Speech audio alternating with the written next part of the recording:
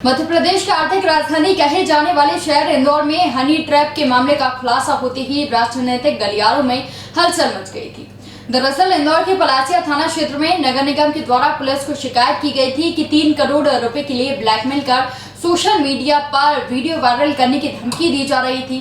शिकायत के बाद पुलिस ने क्राइम ब्रांच और एटीएस के साथ संयुक्त कार्रवाई करते हुए 5 महिला सहित एक पुरुष को गिरफ्तार किया है, जिनके पास से 14,70,000 रुपए सहित मोबाइल फोन और एक क्रेटा कार बरामद की है। दरअसल मामला बहुचर्चित हाई प्रोफाइल हनी ट्रैफिकिंग का है, जहां पर अपने हुस्न के जलवे से शहर के प्रतिष्ठित अधिकारियों और उद्योगपति को अपना निशाना बनाकर करोड़ों रुपए की जालसाजी का रैकेट गिरोह के द्वारा चलाया जा रहा था। बताया जा रहा है कि इस गिरोह में कई हाई प्रोफाइल महिलाएं लगातार बिजनेसमैन और अधिकारियों को अपना शिकार बनाने में लगी थी, जहां पर निगम अधिकारी के द्वारा भी शिकायत दर्ज की गई थी कि उसे वीडियो वायरल करने और उसकी छवि को खराब करने के लिए 3 करोड़ रुपए ब्लैकमेलिंग के रूप में मांगे जा रहे हैं, जिस पर पुलिस ने अपराध पंजीबद्ध कर गिरोह के सदस्यों के लिए जाल बिछाया। जहां किश्त की पहली रकम देने के लिए महिला को भोपाल से इंदौर बुलाया गया। जब महिला भोपाल से इंदौर विजयनगर पहुंची तो पुलिस ने तत्काल 2 महिला और एक पुरुष को अपनी हिरासत में ले लिया, जिनके पास से क्रेटा कार भी बरामद की गई है। पकड़ी गई महिला आरती और मोनिका यादव हैं, जो वीडियो के नाम पर ब्लैकमेल कर रही।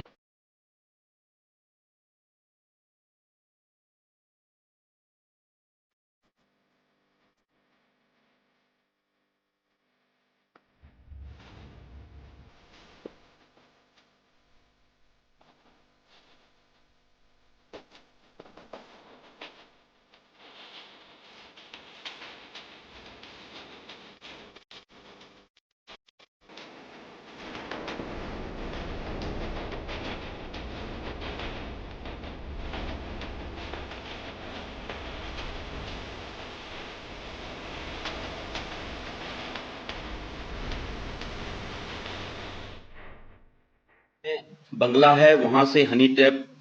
का जो आरोप लड़कियों के ऊपर लगा है, एक लड़की आपके बंगले से पकड़ी गई है। क्या है ये पूरा मामला और कैसे आपके घर में रह रही थी वो? बेसिकली मैं अभी तक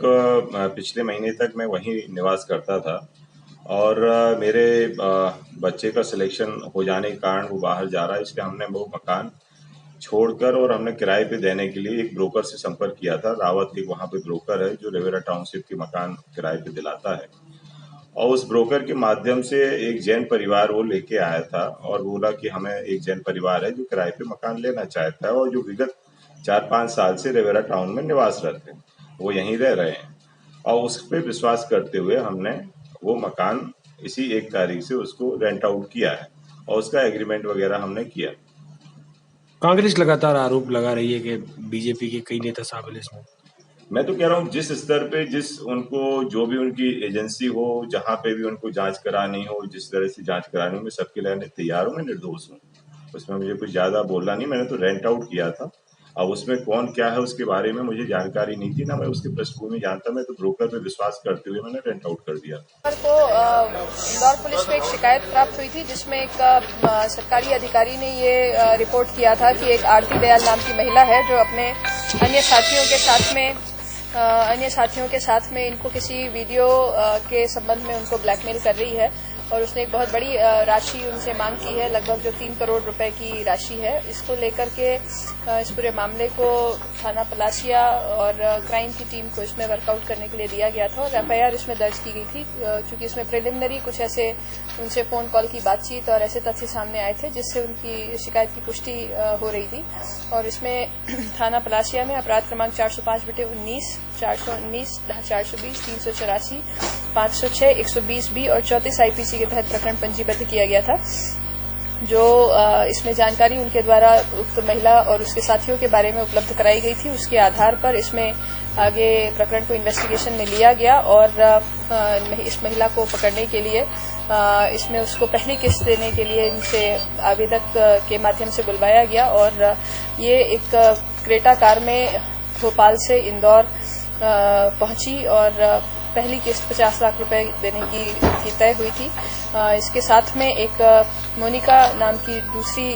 भी एक लेडी इसके साथ में थी और ड्राइवर जो गाड़ी चला रहा था वो 3 लोगों को क्रेटा कार के साथ में प्रारंभिक रूप से इस पूरे घटनाक्रम की पुष्टि होने के पश्चात इनको पकड़ा गया, गिरफ्तार किया गया और उनसे इस पूरे घटनाक्रम के संबंध में महत्वपूर्ण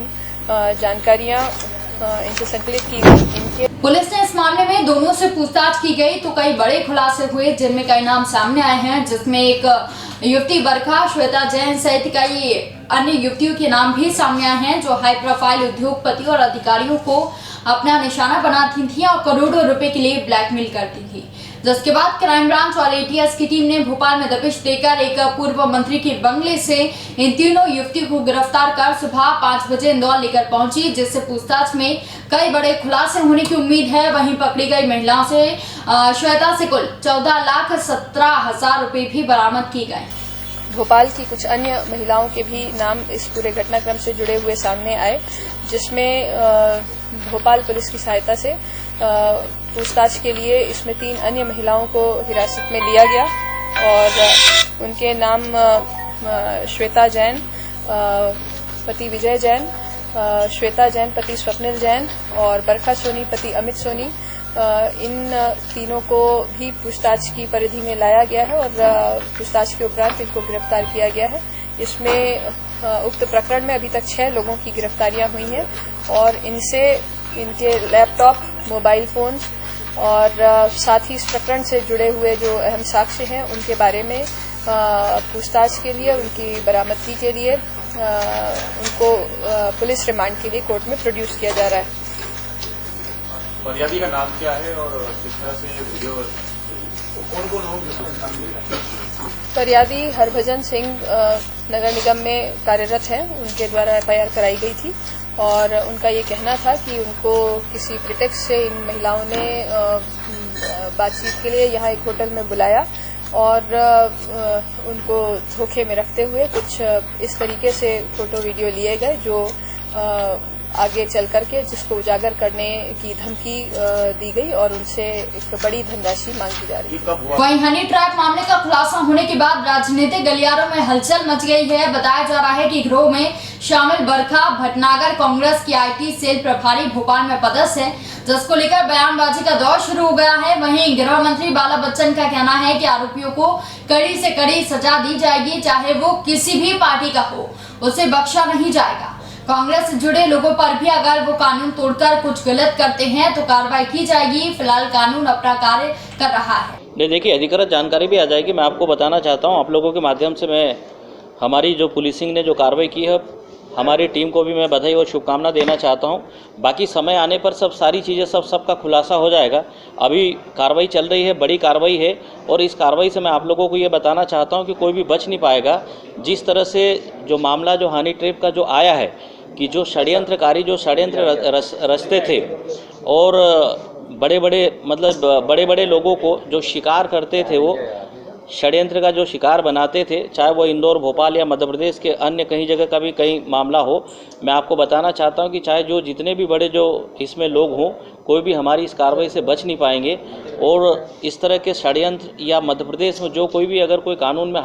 को हाथ में लेने का काम करेंगे तो कानून से बढ़कर कोई भी नहीं, कानून के ऊपर कोई भी नहीं है, कोई भी हमारी कार्रवाई से बच नहीं पाएंगे। तो सबसे पहले तो मैं अपनी पुलिस को बधाई देता हूं, अपनी टीम को बधाई देता हूं कि अभी ये जो कल से जो कार्रवाई जो हनी ट्रैप से संबंधित की वो, और 2-3 दिन पहले जो जंगल के जो दस्यु थे, जो उत्तर प्रदेश और मध्य प्रदेश में कई सालों से, करीब लगभग 12-13 सालों से कई जघन्य अपराधों में जो शामिल थे, उनको भी जो एनकाउंटर में हमारी पुलिस की एनकाउंटर जो हुआ और बड़े जो दस्यु जिसमें कि बबली कोल और लवलेस कोल जो एनकाउंटर में मारे गए, तो ये बड़ी कार्रवाइयाँ हो रही। और जिस तरह से हमने पिछले विधानसभा के चुनाव में माननीय मुख्यमंत्री आदरणीय कमलनाथ जी ने और हमारी पार्टी ने जो मध्य प्रदेश की जनता को जो वचन दिए थे पुलिस से संबंधित, कानून से संबंधित, उस पर हम लोग माननीय मुख्यमंत्री कमलनाथ जी के नेतृत्व में बखूबी हम काम कर रहे हैं और उसी के ये रिजल्ट और उसी के परिणाम हैं।